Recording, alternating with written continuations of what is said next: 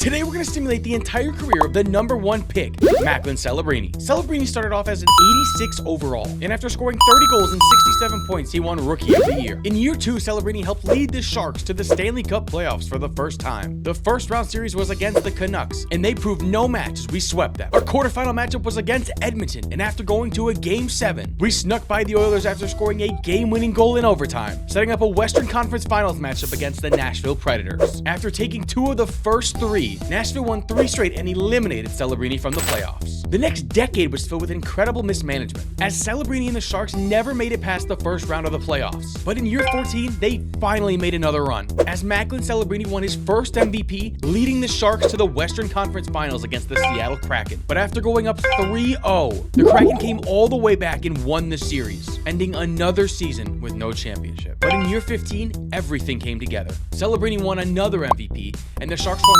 61 games, winning the President's Trophy. The first round series was against Seattle, but we beat them in 5, advancing to the quarterfinals against the Anaheim Ducks. They were also no match, and it set up a Western Conference Finals against the Chicago Blackhawks. But nothing would stop Celebrini as the Sharks swept the Blackhawks to advance to the Stanley Cup Finals. Our opponent was the Philadelphia Flyers, the second best team in the league. After a back-and-forth series, it all came down to Game 7. In Game 7, Macklin Celebrini would not be denied, scoring 2 goals to help win the Sharks their first Stanley Cup ever. And in year 16, Celebrini led the Sharks to back-to-back Stanley Cup championships, sweeping the Carolina Hurricanes for his second straight championship. After that, Celebrini would continue to rack up accolades, but wouldn't win another title, and after 19 seasons, retired. He ended up with 712 goals, 1,035 assists, and was a 2-time champion, 2-time MVP by both his peers and the media, playoff MVP, points leader, 2-time Defensive Player of the Year, and Man of the Year. So was Celebrini a Hall of Famer? Let me know down in the comments below.